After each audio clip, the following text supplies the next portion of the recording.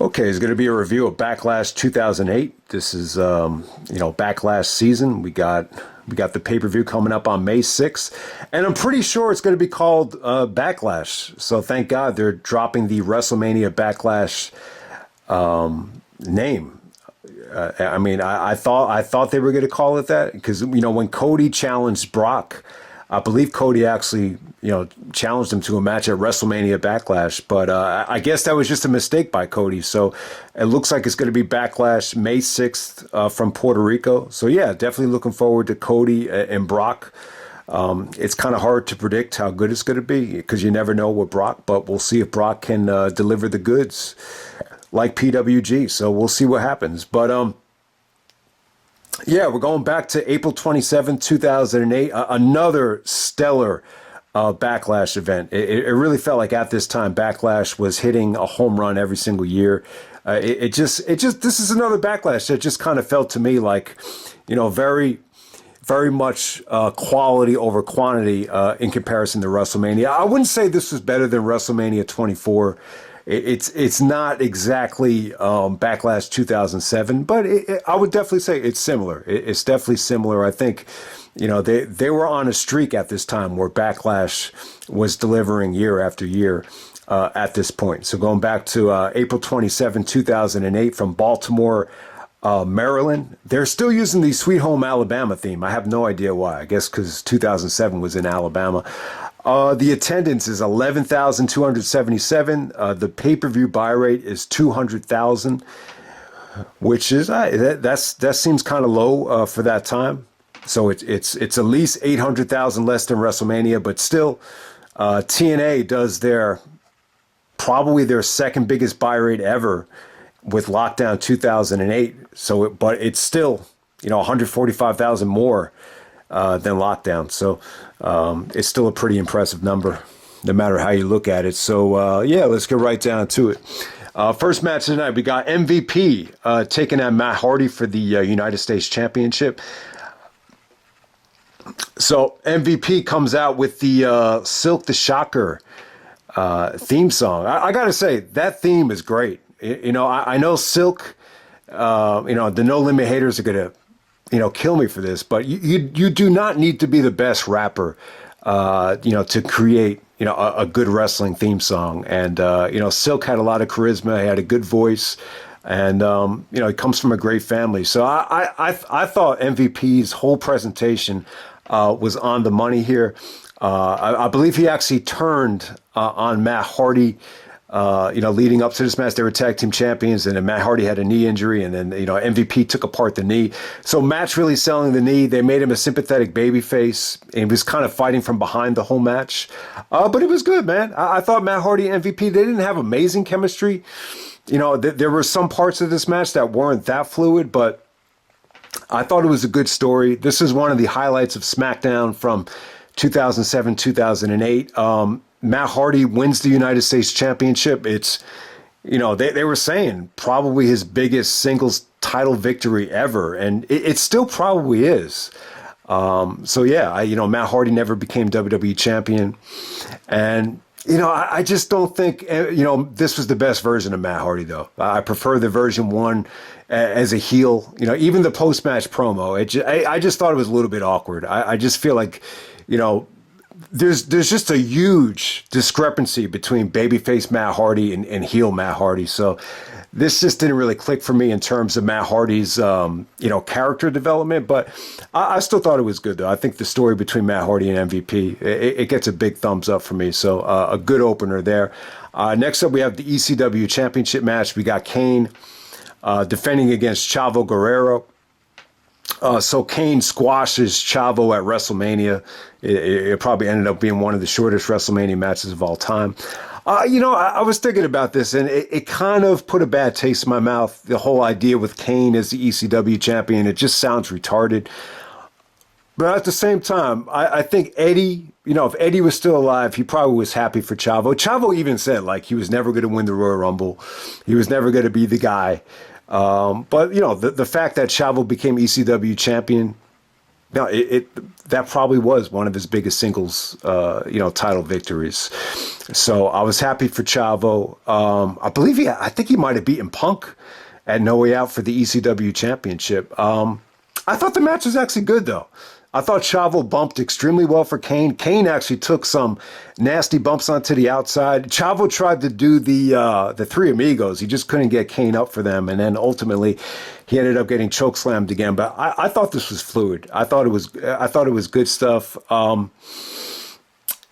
It's just the ECW title, the ECW being a brand, that still kind of put a bad taste in my mouth. I just think that was a bad idea, to bring ECW back. I mean, it just caused a lot of problems. You had Angle and Benoit, leaving the company after that. And, there was just so many people that felt so negative about it. And you see the whole point of it looking back on it. It kind of gave Vince an excuse, to go after another hour of television. It's just like when you see how valuable that real estate is in primetime television, it's like, yeah, no wonder. And then Vince kind of tweaked it and just made it a third brand. But I don't know, man. I'm just not a big fan of having 3 different shows on television every week. I understand that it brings in a lot of revenue, brings in a lot of money. I know AEW is doing this with Collision, and we're going to get CM Punk returning in Chicago. So it sounds good, but I'm just worried about oversaturation. I just don't think anyone wants to sit through 5-6 hours of television with commercials every single week. So I was never a big fan of them bringing back ECW. So we just kind of ended right there. But Kane goes over, and we move on to Big Show taking on Great Khali. All right, so here's some of the positives of this match. Big Show looked great. He's coming off of the Mayweather match. He's in amazing shape. I think if Big Show was able to maintain this physique, he would have been a huge moneymaker. He would have been someone that people would have paid to see wrestling in main events. The problem is Big Show just had such a tough time, keeping the weight off while being on the road. So, at the same time, it's the Great Khali. He's he's almost like a superhero. He was in The Longest Yard. He's a big movie star. He's definitely an attraction. So you can see all the light bulbs from the camera flashes, before the match started. So it's not like the match didn't have any buzz at all. I didn't think it was awful, but the match is only going to be so good. It was a little bit slow, a little bit bowling shoe ugly. Big Show actually gets a choke slam after what felt like Khali had him in a choke. What felt like forever, but it was pretty funny here. The funny thing about this match was before it started, they had all these measurements. They had the wingspan, their waist, their chest. They had the shoe size. They were both 18. I think Big Show was like 18E size shoe. I was just, they had everything except their penis size. So I was like, man, thank God they didn't have that listed in the description there. But I just thought that was kind of funny how they had all those measurements there. They tried to hype it up as much as possible. But I get the appeal to it. I just, Great Khali, I just felt like he was in the championship scene way too many times, I think, for everybody's liking at that time. Okay, next up we got Shawn Michaels taking on Batista. We got Y2J as the special guest referee. I thought this did a lot of things. I think, it gave Batista something that was even more bigger, I think, than his WrestleMania match against Umaga. It gave Shawn, they were able to use the Flair retirement thing as a storyline to build animosity with Shawn and Batista. Batista was really upset at Shawn for not doing the right thing and retiring Flair, and then Shawn disagreed with him and said, you would have done the exact same thing. He's like, you know what, big man, I'm sick and tired of going back and forth with you. If you have a problem with me, do something about it. So you had really good tension here. It almost kind of felt like Shawn was heavily involved with the, creative here. Jericho was kind of the monkey in the middle, doing the highlight reel, being somewhat of an instigator, kind of setting the tone for his heel turn. So that was good stuff. But yeah, I thought this was good. Shawn and Batista, this is a rematch from Armageddon 2003, which was when you look back on it, it was a really ingenious finish there. in that match. And this was another good storytelling match between Shawn and Batista. Shawn always works great with big guys, but it was a little bit different here. This wasn't exactly the most athletic version of Shawn. This isn't really Shawn just kind of, bumping around like crazy for the big man like he did with Diesel back in the day. Shawn was a little bit more ground and pound here, very submission oriented, working over the knee with the chop block, and then doing some really good arm work. And I mean, it sounds academic, but Shawn really went to work on Batista's arm, put him in a hammerlock, got the arm stuck in between the ropes, just really tweaking it and torquing it. And I get why they did it. They really wanted to protect Batista. Batista's still a babyface here, but he was getting a heel response because he was, somewhat jealous of Shawn, for putting away his friend, Ric Flair. Obviously, Flair was a big Batista supporter going back to the Evolution days. So the fans were definitely anti-Batista. So they tried to protect Batista as much as possible by just making Shawn, control the match, being a little bit more methodical. And it definitely paid off, man. I thought this was good stuff. Some of the counters to the, Shawn countering the Batista bomb were great. Batista's spear was great. Trying to think of what happened here. There was a Batista delivers the Batista bomb, and Shawn actually just drops to his knee, and it does a beautiful job of just selling the knee. Selling it like he's really, really hurt. And then out of nowhere, he gives Batista the super kick for the finish. But there was even some other counters even before the finish that were just really, really impressive. I just thought they timed this out perfectly. And like I was saying, not the most explosive performance from Shawn. I don't think they had amazing chemistry, but it was just a good story, and it really kind of, set the tone for Jericho's heel turn as he thought Shawn, feigned an injury, and you could definitely argue that Shawn kind of exposed the business by really overselling here, but it just made for a good finish, made for a good match, and Jericho ends up turning on Shawn and just calling him a dishonest man. And, really just set the tone for that amazing feud between Jericho and Shawn. This was pretty much it for Batista and Michaels. I think this was a one and done thing. It's not like Batista and Shawn really dragged this out, but it was a good story. And I just, you almost wish that these three guys had done more together. I just thought it turned out really, really well. So, good stuff there. Next up, we have a 12 Diva Tag Team match. We got Beth Phoenix, Jillian Hall, Layla, Melina, and Natalya actually making her pay-per-view debut. And also Victoria, I think at this point was kind of on the way out. And they're taking on Ashley Massaro, Cherry. Cherry, she used to manage, a tag team that was, very kind of like a throwback to the 50s. I can't remember the name of them. Kelly, Maria, Michelle McCool, and Mickie James. So obviously the highlight here is Mickie James and Beth Phoenix. Whenever they were in the ring together, I thought it was great. A lot of these girls are hit or miss, though. This is the majority of these girls are, Diva Search.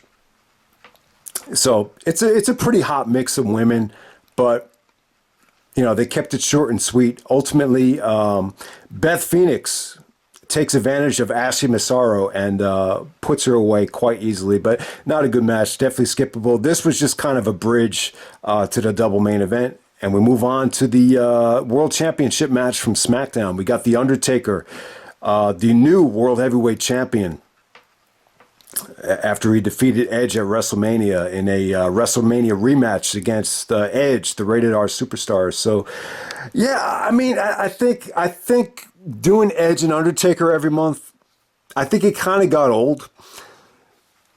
Angle and Joe got a lot of criticism for just having too many pay-per-view matches, but I think the same could be said about, Undertaker and Edge. I thought the WrestleMania match was great. You could definitely argue, seeing Taker win the title in the main event of WrestleMania was, kind of going backwards instead of forwards. And Undertaker did get some criticism at that time. I remember Bill and Doug, I think it was Doug just really criticizing WWE for, pushing Undertaker as the champion in the main event of WrestleMania. But,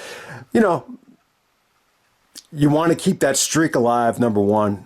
And number two, it was a very attractive matchup that they never really got to experiment with before. And, Taker and Edge have a lot in common. They both have initially very dark gimmicks, with Edge going back to the Brood days. So it does make a lot of sense. I thought their chemistry in the ring was good. I don't know. There's this misconception that the Backlash match was on the same level as the WrestleMania match. I would definitely disagree with that. The WrestleMania match gave you a lot of drama, a lot of over-the-top near falls, and just, tremendous false finishes and, referee bumps and, the referee running to the ring. It was like a sprint to get down to the ring. I think it was Charles Robinson. So, yeah, the WrestleMania match is much better than this. But what this match did, it really put over Undertaker's new submission. It was a triangle choke. I think they started calling it the Hell's Gate. It really kind of showed you how manipulative Edge was with Ryder and Hawkins coming out to help him. And then you have Vicky actually crying after Edge submitted here.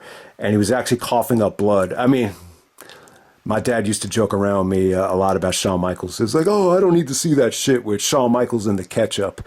So this is one instance where the blood actually does look like ketchup. I don't know. It looked a little bit weird, this to see Edge coughing up blood. I don't know how they pull this off, but it really did a good job of putting over the submission. I thought, with this particular pay-per-view, you had Michael Cole and Mick Foley on commentary. And I liked it, man. I thought Foley was great, because he had a real-life feud not a real-life feud, but, he was in wars with The Undertaker. And, you could tell he's a big fan of Undertaker and WWE in general. So I thought Foley on commentary was a nice change of pace. But I could totally understand why Vince would yell in Foley's earpiece, though. Like, I could see why Foley was under a lot of stress. I just think Vince wanted Foley to execute the color commentary the same way he executed his promos. And sometimes it's just tough to do. Like, it's kind of weird. Like, I could see certain instances where, Foley could have showed a little bit more charisma and more passion. And it's just tougher to do that when you're not cutting a promo. So, but overall, I like Foley on commentary. I thought it was different. I thought it was a nice change of pace.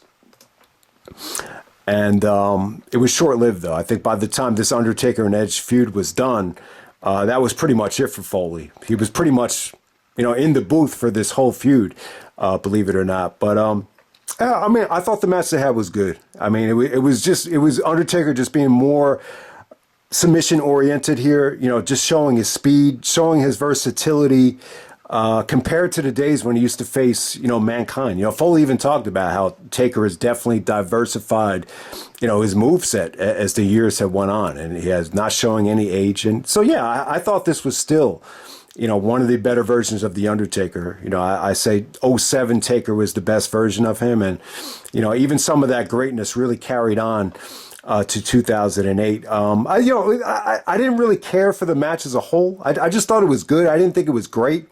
The Ryder and Hawkins stuff, they gave it some nice little drama, but ultimately, really the best thing about the match is the finish. Taker's able to fight off the interference, and he's able to get Edge in the last ride, and then Edge counters it into a sunset flip, and then Edge kind of exposes himself, and that's where you get the triangle choke, and Undertaker actually retains successfully. But I mean, pretty good drama on that tap out by Edge. It's not like Edge tapped out right away. He tried to fight it off, and I thought it was actually some good drama there. But yeah, eventually I believe Vicky actually banned the triangle choke. I think it was at Judgment Day. I think it was either leading up to Judgment Day or at Judgment Day. She stripped Taker of the title, and then the title became vacant. And I think Edge actually won it back out TLC. Okay, now the main event, we have a Fatal 4-Way match for the WWE Championship. We got Randy Orton defending against Triple H, John Cena, and John Bradshaw Layfield, JBL. Wasn't crazy about the four-way. I think it did a lot of different things here. They were able to tease Cena and Triple H for Night of Champions. They were able to set up JBL and Cena for the next couple of pay-per-views, which were pretty forgettable. I've said this multiple times. I think JBL returning was a big mistake. It kind of killed Jericho's momentum at the Rumble, and I don't think there was any point of going back to JBL and Cena while it was already done 3 years ago at this point.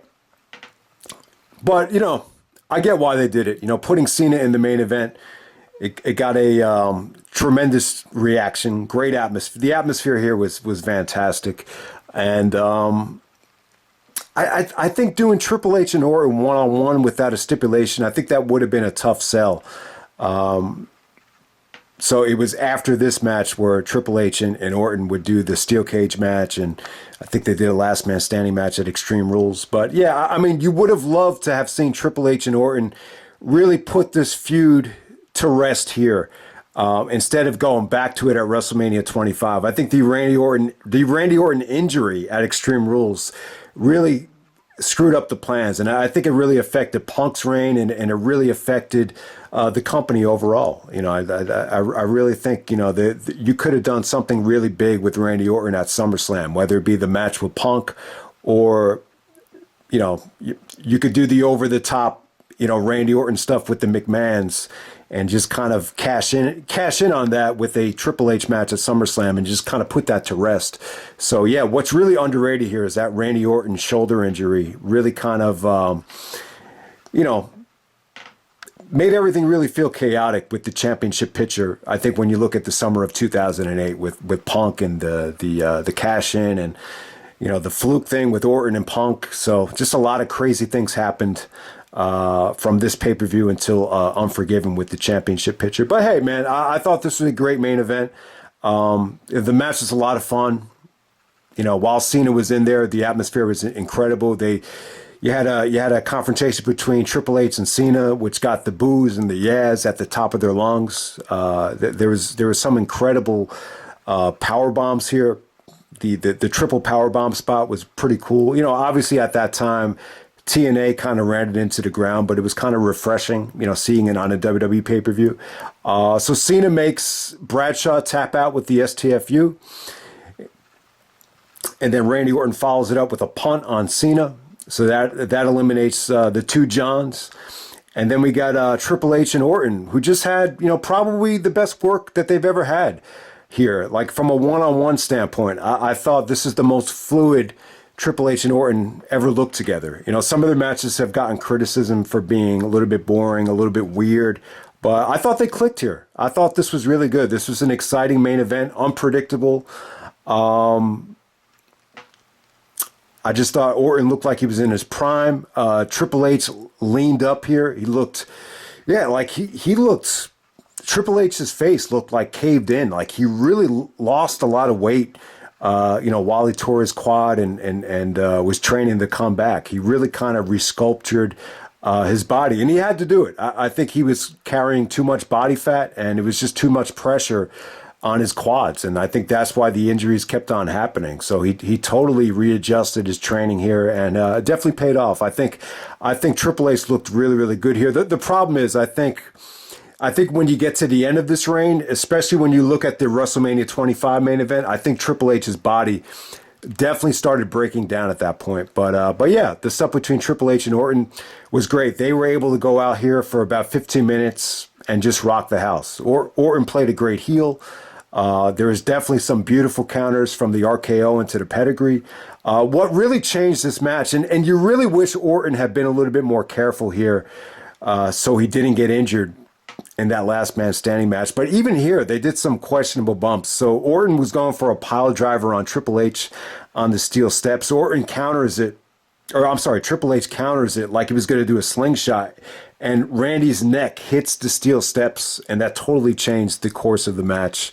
I think Randy actually hit an RKO behind the referee's back. And, Triple H was able to fight off the RKO. He was able to fight off the punt and put Randy Orton away with the pedigree. And Triple H wins his 12th WWE Championship, and well deserved. I think it was. I think it was cool to see Triple H win the belt back. The reaction at the time was pretty positive. I remember friends at school were just happy. You know, it was something different. You forget Randy Orton had been champion since the beginning of October, so he was pretty much champion for that whole, school year. So it was just nice to see something different. It was cool to see Triple H finally win the belt as a babyface and finally get a reign as a babyface without, anyone taking it from underneath of him. So it was cool. The only regret I have is I just think it was a mistake for Triple H to go to SmackDown. After he had the big match with Cena at Night of Champions, I believe part of the negotiations with the SmackDown television deal, I can't remember if it was UPN or CW, they wanted Triple H to be the champion on the SmackDown brand. And I just think that was a mistake looking back on it. I would have preferred to see Triple H have like a babyface reign on Raw and then maybe turn heel on Raw. I think that probably would have been more interesting.